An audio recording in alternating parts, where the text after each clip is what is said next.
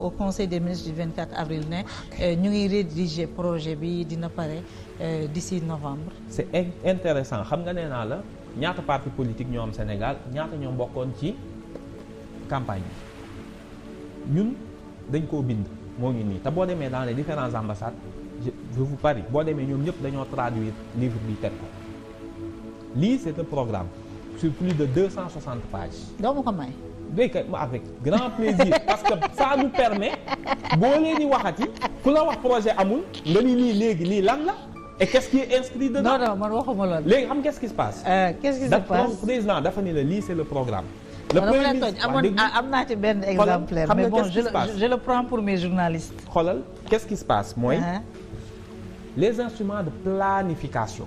lii c'est un programme politique mais les instruments de planification yi nga xamante ni moom moo koy accompagner moo koy matérialiser.